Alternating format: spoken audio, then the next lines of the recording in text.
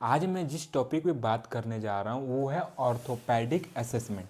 तो orthopaedic assessment क्या होता है इसके बारे में इस वीडियो में हम सीखेंगे। हाँ, तो सबसे पहले जानते हैं असेसमेंट।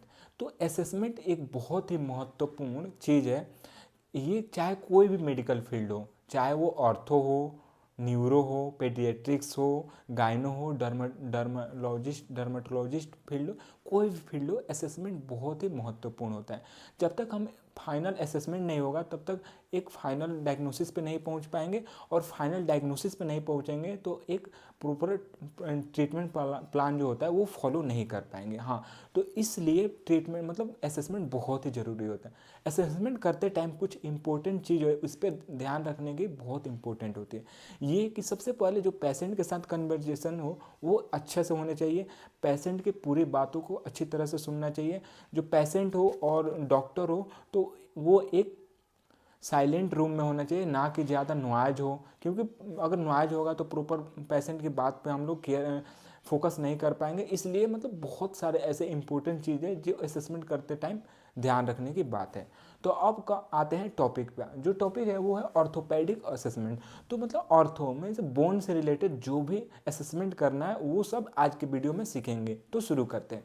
तो ऑर्थोपेडिक असेसमेंट में जो सबसे पहले आता है वो है डेमोग्राफिक डाटा। तो डेमोग्राफिक में डेट हो गया, यानी क्लिनिक को पेशेंट विजिट कब कर रहा है। नेम हो गया, पेशेंट का नेम क्या है, एज क्या है, जेंडर क्या है, ऑक्यूपेशन क्या है, एड्रेस क्या है। अब जैसे एज और जेंडर हो गया तो बहुत सारे ऐसे डिजीज और कंडीशन है जो एज रिलेटेड होते हैं, जेंडर रिलेटेड होते हैं। कुछ ऐसे डिजीज होते हैं जो स्पेसिफिक टाइम पे ट्रिगर करते हैं।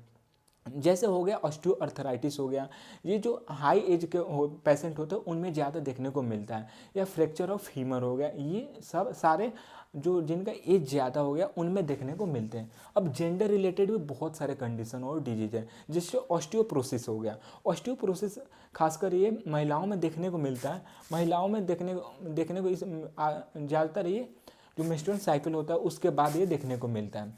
अब जो है अगला जो है वो है ऑक्यूपेशन। अब पेशेंट का ऑक्यूपेशन क्या है, वो अपने डेली लाइफ स्टाइल में कितना एक्टिव है, वो सेडेंट्री वर्कर है या फिजिकल एक्टिविटी ज़्यादा उसकी फिजिकल एक्टिविटी है। तो उससे भी रिलेटेड हमें पेशेंट मतलब पेशेंट को मतलब डिजीज जानने में अच्छा मतलब काफ़ी हेल्प होता है। Then comes address. अब एड्रेस क्यों ज़रूरी है, तो एड्रेस इसलिए ज़रूरी है कि बहुत सारे ऐसे डिजीज और कंडीशन होते हैं जो स्पेसिफिक इन्वायरमेंट में या पेशेंट का एक्सपोजर है इन्वायरमेंट के साथ वो कैसा है वो सब देखने को मिलते हैं। अब जो सेकेंड कंपोनेंट है वो है चीफ कंप्लेन। डेमोग्राफिक डाटा के बाद हम केयर करते हैं चीफ कंप्लेन। तो चीफ कंप्लेन के भी कुछ रूल होता है। जब भी हम चीफ कंप्लेन को लिखते हैं तो पेशेंट की लैंग्वेज में लिखा जाता है। हमेशा ये गलती ना करें कि मेडिकल टर्म में लिखें। अगर बोल रहा है पेन, एल्बो में पेन है तो हमें एल्बो में पेन मतलब पेन ही लिखना है और कुछ नहीं लिखना है। और पेन रेडिएट कर रहा है तो उसे भी लिखना है कि पेन कहाँ से कहाँ तक, जैसे जैसे पेशेंट बता रहा है वैसे वैसे चीफ कंप्लेन में हमें लिखना। चीफ कंप्लेन लेने के बाद अब मूव करते हैं हिस्ट्री पे। तो हिस्ट्री भी किसी भी मेडिकल फील्ड में लेना बहुत इंपॉर्टेंट होता है। हिस्ट्री से भी बहुत चीज़ जानकारी मिलती है। तो हिस्ट्री में भी 3 टाइप के हिस्ट्री होते हैं। प्रेजेंट हिस्ट्री यानी पेशेंट को प्रॉब्लम क्या है। देन पास्ट हिस्ट्री और सर्जिकल हिस्ट्री। तो प्रेजेंट हिस्ट्री में मोड ऑफ अनसेट, जैसे पेशेंट को कमर में दर्द हो रहा है तो वो कमर में दर्द कैसे हुआ, कब से हो रहा है, एसोसिएटेड प्रॉब्लम।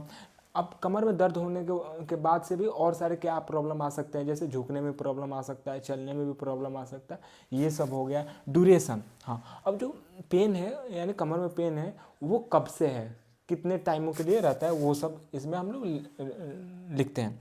देन आता है मैकेनिज्म ऑफ इंजरी। अब पेन होने का कोई इंजरी मतलब मैकेनिज्म हो, किस वजह से हुआ, कैसे हुआ, कोई भी ऐसा चीज़ हो तो वो सब हम लोग मैकेनिज्म ऑफ इंजरी में लिखते हैं। प्रेजेंट हिस्ट्री लेने के बाद से पास्ट हिस्ट्री पे आते हैं। तो पास्ट हिस्ट्री में भी बहुत सारी चीज़ देखने को मिलता है, जैसे कि पेशेंट को कोई पहले रेस्पिरेटरी डिजीज से रिलेटेड या हार्ट से रिलेटेड, कार्डियोवैस्कुलर से रिलेटेड या थायराइड से रिलेटेड ये सब कोई प्रॉब्लम था या प्रॉब्लम था भी, या कोई ट्रॉमा की वजह से भी बहुत सारे डिजीज होते हैं।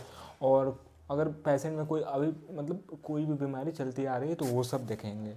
अब इसके बाद से आता है सर्जिकल हिस्ट्री। तो सर्जिकल हिस्ट्री भी लेना बहुत ज़रूरी होता है, क्योंकि पेशेंट को पहले से कहीं सर्जरी हुआ है कि नहीं, अगर सर्जरी हुआ है तो वो कहाँ पे हुआ है, कब हुआ था, कौन कौन से मेडिसिन चली थी, ये सारे चीज़ जानना बहुत इंपॉर्टेंट होगा। अगर मेडिसिन चली थी तो क्या, किस मेडिसिन से पेशेंट को एलर्जी है और किस मेडिसिन से एलर्जी नहीं है, इफेक्टिव, ये सब हमें हिस्ट्री में देखने को मिलता है। हिस्ट्री में भी फैमिली हिस्ट्री और पर्सनल हिस्ट्री, ये भी दोनों आते हैं। तो फैमिली हिस्ट्री में भी बहुत सारे चीज़ जानकारी मिलती है, जैसे बहुत सारे जेनेटिकल बीमारी भी होती है, जेनेटिक्स के द्वारा वन जनरेशन से सेकंड जनरेशन में ट्रांसफ़र करता है, वो सब देखने को मिलता है। और पर्सनल हिस्ट्री में जो इंडिविजुअल है उसका लाइफ स्टाइल कैसा है, वो कोई स्मोकिंग हो गया, सिगरेट हो गया, ये सब कंज्यूम करता है कि नहीं, अल्कोहल हो गया, ये सब कंज्यूम करता है कि नहीं, ये सब लेते हैं। तो ये सारे अभी तक मैं जितना भी टॉपिक पर बात किया वो सब था सब्जेक्टिव असेसमेंट। अब अगला जो वीडियो आएगा उसमें आएगा ऑब्जेक्टिव असेसमेंट, यानी पेशेंट के साथ डॉक्टर कैसे इंटरेक्ट करके उसके बॉडी को टच करके उससे बहुत सारे एक्टिविटी करा के जो सारे असेसमेंट करेंगे वो सब अगले वीडियो में हम कवर करेंगे।